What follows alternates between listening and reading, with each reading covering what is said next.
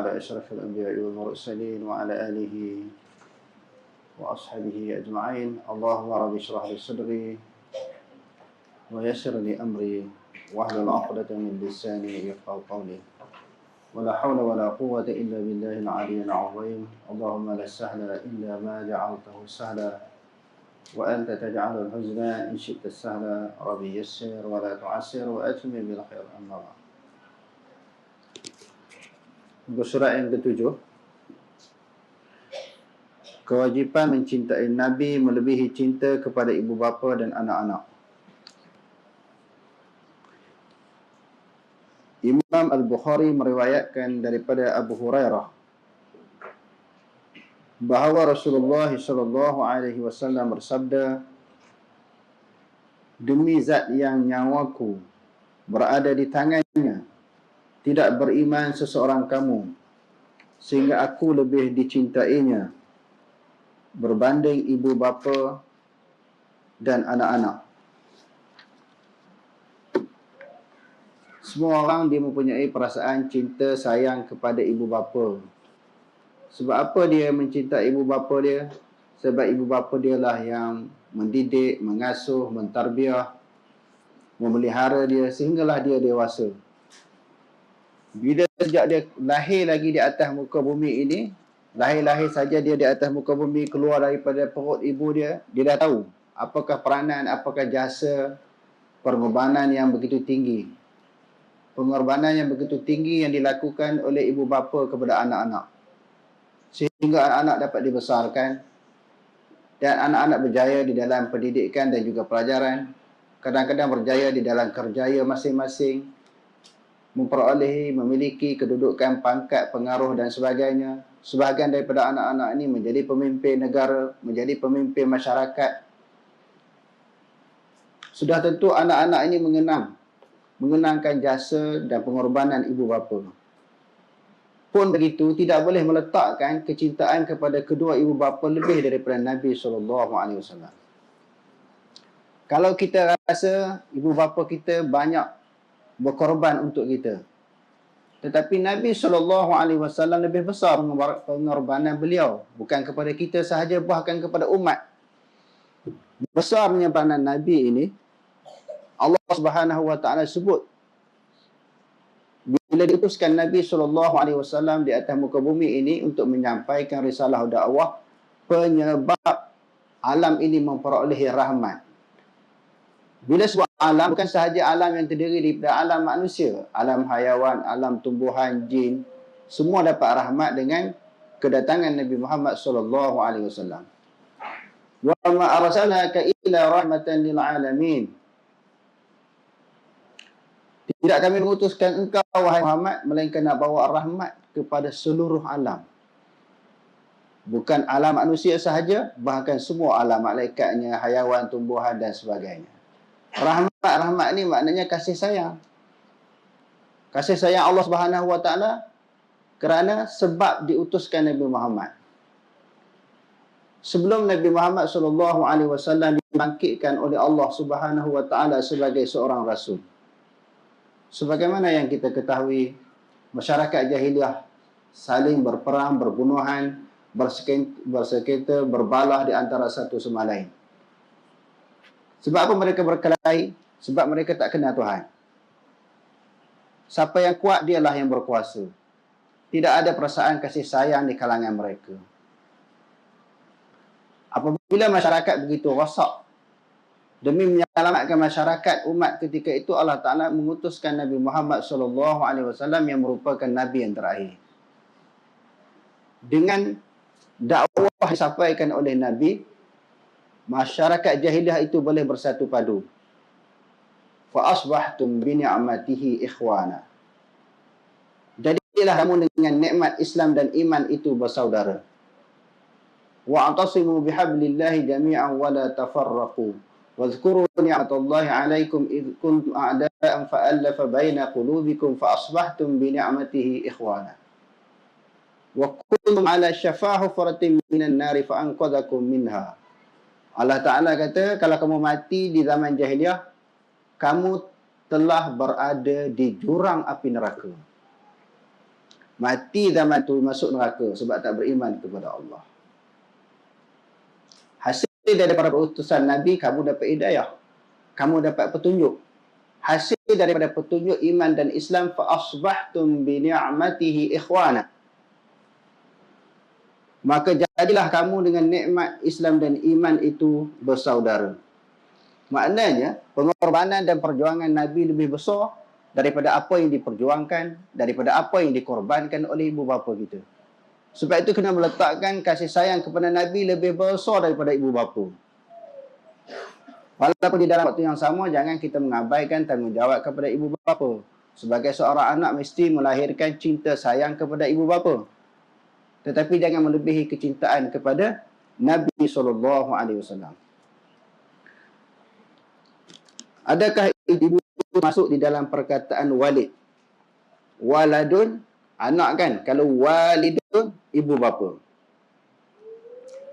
Sekali lagi kita dapati Rasulullah SAW yang sentiasa bercakap benar, lagi dibenarkan oleh Allah. Rasulullah ini bukan sahaja dia bercakap benar. Sebab apa dia bercakap benar? Kerana semua perkataan Rasulullah adalah wahyu. Wa ma yantiqu 'anil hawa in huwa illa wahyun yuha. Tidaklah Muhammad SAW itu bertutur dengan hawa nafsu. Maka cakap dia benar. Dan percakapan Rasulullah juga dibenarkan. Apa maksud dibenarkan? Diiyakan. Diiyakan Allah Subhanahu Wa Taala. Telah bersumpah ketika menyampaikan wahyu seperti di dalam hadis ini. Adakah itu termasuk di dalam perkataan walid, bapa? Ibnu Hajar telah menjawab persoalan ini dengan berkata, jika yang dimaksudkan dengan perkataan al-walid adalah yang memiliki anak, maka ia merangkumi ibu dan bapa. Sebab itu disebut walidaini. Birru walidaini. Buatlah baik kepada walidaini. Walid satu kan? Ibu maknanya ayah, walidaini ibu bapa. Kedua ibu bapa. Jika dimaksudkan dengan perkataan al-walid adalah orang yang memiliki anak, maka ia merangkumi ibu dan bapa. Boleh juga kita katakan baginda berpada dengan menyebut salah seorang daripada keduanya. Sebut ibu ataupun ayah cukup, tapi disebut kadang-kadang disebut dengan walidaini, ibu bapa. Sebagaimana kebiasaan orang yang berpada dengan menyebut salah satu daripada dua perkataan, antonim tanpa menyebut antonim yang satu lagi. Jadi tujuan al-walid, bapa, disebut adalah sekadar memberi contoh. Maksudnya, asal pula ia orang-orang yang sangat disayangi. Seolah-olah baginda bersabda, sehingga aku lebih dicintainya berbanding semua orang yang disayanginya. Maknanya bila sayang, seseorang bukan sayang ibu sahaja ataupun bapa sahaja. Dia mesti sayang kedua-dua ibu bapanya. Kedua ibu bapa, ibu dan ayah. Patutnya Rasulullah sebut satu pun merangkumi. Sebab itu dia kata dalam hadis, walid la yu'minu ahadukum hatta akuna ahabba ilaihi min walidihi wa waladi wa nas ajma'in. Maknanya sebut walid saja merangkumi ibu dan ayah. Jadi maknanya dalam hadis ini nak sebut Rasulullah SAW nak terangkan kepada kita, semua orang, semua manusia dia sayang kepada ibu bapa dia dan juga anak-anak, tetapi mestilah meletakkan kecintaan kepada Rasulullah ini lebih daripada ibu bapa dan juga anak-anak. Kewajiban mencintai Nabi, lebih cinta kepada isteri, harta benda dan seluruh manusia. Selain daripada ibu bapa dan anak-anak, kepada isteri juga, seseorang itu ataupun seorang suami, seorang lelaki dia mencintainya. Sebab itu Allah Ta'ala tahu naluri ataupun sifat semula dari yang ada kepada manusia. Isteri cinta kepada suami, suami cinta kepada isteri. Sebab itulah berlakunya perkahwinan. Kalau isteri cinta kepada bakal suami dia tak cinta, tak berlaku perkahwinan. Begitu juga sebaliknya. Menunjukkan bahawa saling cinta mencintai di antara satu sama lain. bab cinta ini disuruh oleh Allah Subhanahu Wa Taala. Memang menjadi sifat semula jadi naluri manusia. Allah Taala campakkan seorang lelaki dia cinta isteri dia. Zuyyina an-nasi syahawati minan nisa'i wal banin. Dijadikan kepada manusia itu mencintai isteri dan juga anak-anak. Jadi itu memang merupakan sifat semula jadi yang Allah Ta'ala jadi kepada hati manusia. Pun begitu, kecintaan kepada isteri dan anak-anak tidaklah melebihi baginda Nabi SAW. Kalau kita kata isteri kita berkorban untuk kita, masak, makan, minum, menyediakan kelengkapan rumah tangga, memberi didikan kepada anak-anak, banyak bantu kita tentang kerja-kerja rumah. Tetapi pengorbanan usaha jasa Nabi SAW kepada kita lebih daripada isteri kita. Sebab daripada perjuangan tadi kita dapat hidayah, dapat petunjuk. Daripada isteri, pengorbanan seorang isteri belum tentu sampai boleh masuk syurga. Tetapi apa yang diperjuangkan oleh Nabi SAW yang kita mengikutinya, sudah tentu kita memperoleh syurga yang dijanjikan oleh Allah Subhanahu Wa Taala. Imam Muslim meriwayatkan daripada Anas, beliau berkata, sabda Rasulullah SAW, tidak sempurna iman seseorang hamba sehinggalah aku lebih dicintainya berbanding isterinya, harta benda dan seluruh manusia. Dalam hadis ni dia tambah lagi, bukan sahaja isteri, harta benda yang kita sayang. Harta benda ni apa?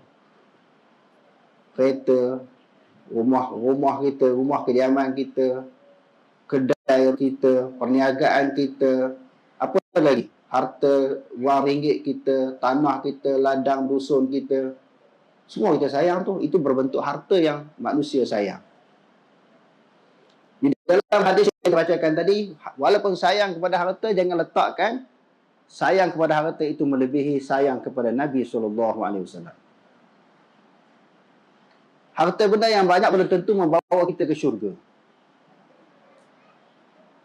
Yauma la yanfa'u malun wala banun illa man atallaha biqalbin salim. Pada hari yang tidak ada guna harta benda dan anak pinak, melainkan mereka yang datang kepada Allah dengan hati yang sejahtera, hati yang tenang. Siapa yang boleh mendatangkan hati yang tenang? Penyebab mendatangkan hati yang tenang, Nabi SAW. Harta benda kita belum tenang, belum tentu kita menjadi tenang. Anak pinak yang ramai pun belum tentu menjadi tenang. Tetapi Nabi penyebab manusia menjadi tenang. Salah satu contohnya kalau kita memperbanyakkan selawat kepada Nabi SAW. Bila sebut selawat kepada Nabi, bukan ceramah sikit selawat, ceramah seminit selawat, ceramah sikit selawat, bukan. Ceramah-ceramah, lepas tu selawat-selawat. Maknanya, pilihlah masa yang berasingan untuk memperbanyakkan selawat. Cuma di antara selawat dengan zikir, zikrullah, kena banyakkan zikir kepada Allah. Sebab tu kita kena faham Al-Quran, faham hadis. Dalam Al-Quran dia kata, uzkurullah katsiran la'allakum tuflihun. Zikirlah kamu kepada Allah banyak-banyak, semoga kamu memperolehi kejayaan. Ada pun bab selawat, dia bukan suruh selawat banyak. Bab selawat dia dapat, innallaha wa malaikatahu yusalluna 'alan nabi ya ayyuhalladzina amanu sallu 'alaihi wa sallimu taslima. Sesungguhnya Allah dan para malaikatnya berselawat kepada Nabi. Wahai orang yang beriman, selawat dan salamlah kamu kepada Nabi. Selawat dia suruh selawat, tapi jangan selawat lebih daripada zikir kepada Allah. Banyak ayat Quran suruh uzkurullah katsira. Zikir dia kena banyak lebih daripada selawat. Jadi setengah-setengah orang selawat sehari 20,000, 12,000, 10,000, tapi zikir seolah-olah lebih daripada Allah. Walaupun hakikatnya selawat juga sebahagian daripada bentuk zikir. Sebahagian daripada bentuk zikir. Tetapi mesti melebihkan Allah lebih daripada Nabi. Kadang-kadang silap faham. Meletakkan Allah dengan Nabi sama. Ataupun meletakkan Nabi lebih daripada Allah. Tak boleh. Kita berzikir kepada Allah, Allah Ta'ala bagi pahala. Kita berselawat kepada Nabi, Nabi bagi pahala ke? Allah Ta'ala bagi pahala. Siapa bagi pahala kita berselawat? Nabi ke Allah Ta'ala? Jangan silap faham, mengaji juga. Nak tunjuk lebay juga. Mesti zikir Allah lebih banyak pada zikir kepada Nabi. Setengah orang lagi lama, lagi banyak kitab dia baca, lagi tak faham. Berpunca kerana ilmu yang dipelajari tidak bersumberkan kepada Quran dan hadis. Kitab dibaca lah mana pun, mesti berpandukan kepada Quran dan hadis. Dan ada yang sebut dalam dunia ni, Allah Subhanahu Wa Taala itu setitik air laut je. Lautan itu semuanya Nabi. Berat ni. Allah titik air laut je. Maknanya Allah Ta'ala seolah-olah rendah daripada Nabi. Banyak orang tahu kenyataan ini, tapi anak murid bela juga walaupun benda ni sebenarnya salah. Benda ni benda salah. Seolah-olah Nabi ini hebat daripada Allah. Mulia macam mana pun Nabi, hebat macam mana pun Nabi, dia tetap kedudukan dia sebagai hamba Allah. Tak lebih daripada Allah pun tidak boleh nak samakan Nabi dengan Allah. Bila Nabi SAW mendidik para sahabat menjadi orang-orang yang bertakwa, orang-orang yang mukmin kepada Allah Subhanahu Wa Taala, yang sebelumnya mereka berada di zaman jahiliah. Mereka pun tahu mereka ini ketika berada di zaman jahiliah itu kufur kepada Allah. Mereka sesat, tak bertemu dengan jalan hidayah. Setelah menerima dakwah yang disampaikan oleh Nabi Muhammad SAW, mereka jadi orang yang baik. Siapa penyebabnya? Nabi SAW. Mulalah mereka nak mendewakan dan nak mengagung-agungkan Nabi Muhammad SAW. Mula puja. Sebagaimana ada berlaku sebahagian orang di zaman kita sekarang nak puja. Bukan dia menghormati, dia puja Nabi sebagaimana Allah. Lalu dengan tegas menyebut la tatruni kama taradatin nasara 'alal masih Isa bin Maryam. Janganlah kamu mengagung-agungkan aku, mendewa-dewakan aku, memuja aku sebagaimana yang dilakukan oleh Bani Israel kepada Isa ibnu Maryam. Berat sampai mereka menganggap Nabi Isa sebagai Tuhan. Lalu dipuja. Kalau kita tengok Bani Israel, mereka puja sendiri. Musa Samiri dan pengikutnya puja sapi. Puja sapi ini dianggap sebagai Tuhan. Sehari pun bentuk pujaan-pujaan tu pun dah ada. Nak cuba puja Nabi, agungkan Nabi, nak letakkan kedudukan dan taraf Nabi sama seperti Allah.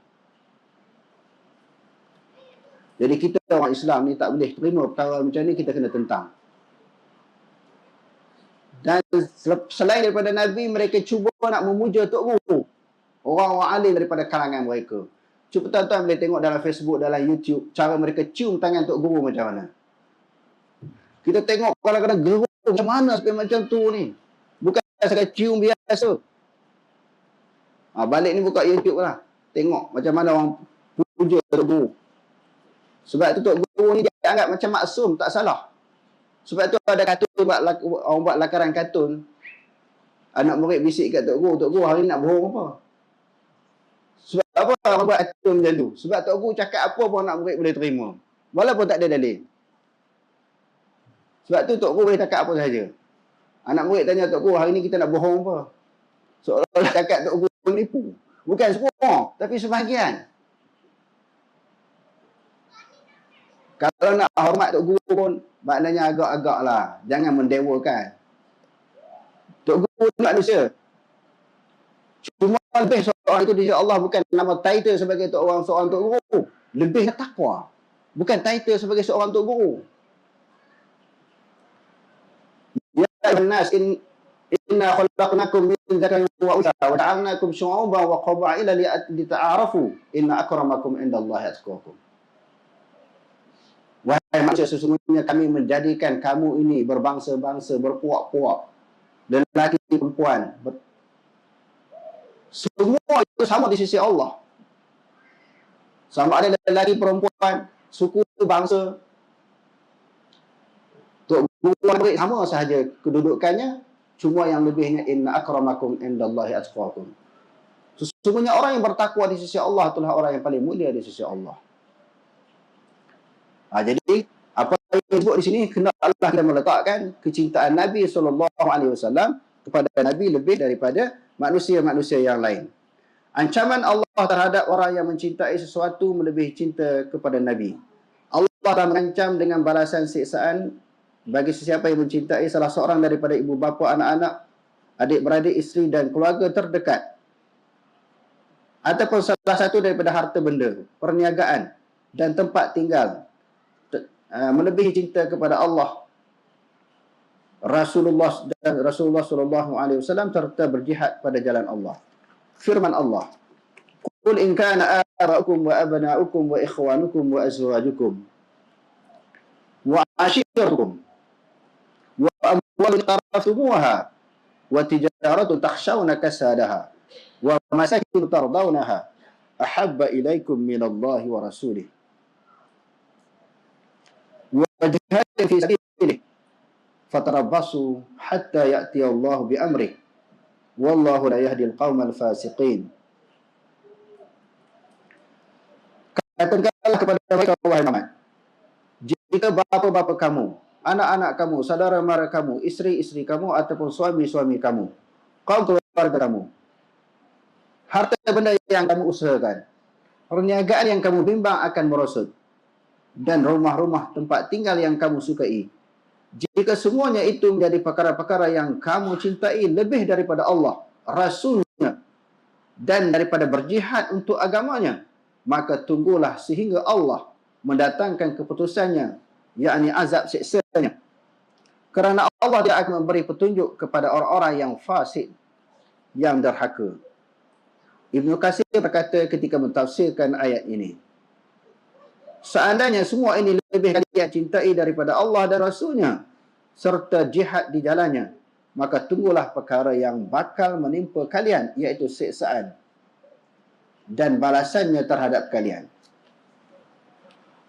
Ini satu ancaman daripada Allah Ta'ala.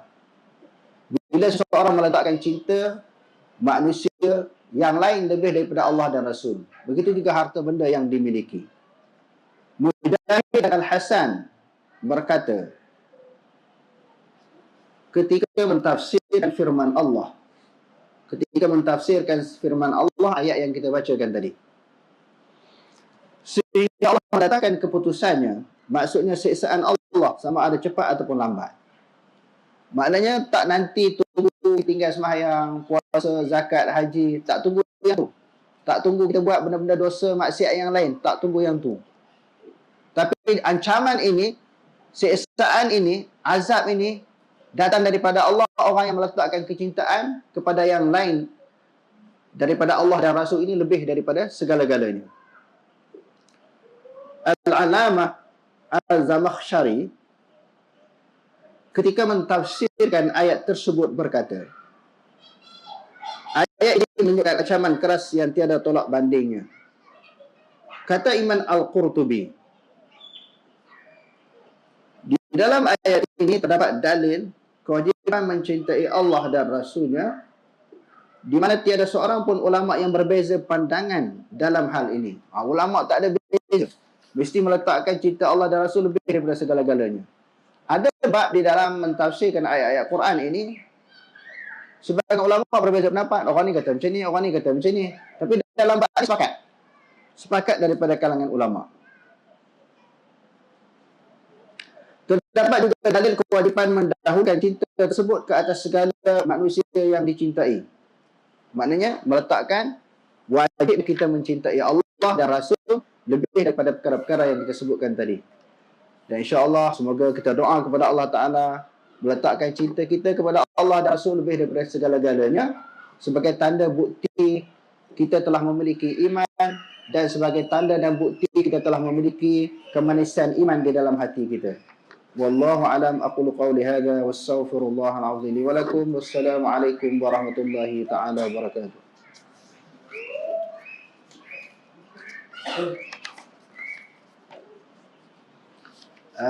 Jemput pergi Dewan Makan. Alhamdulillah pada malam ni juga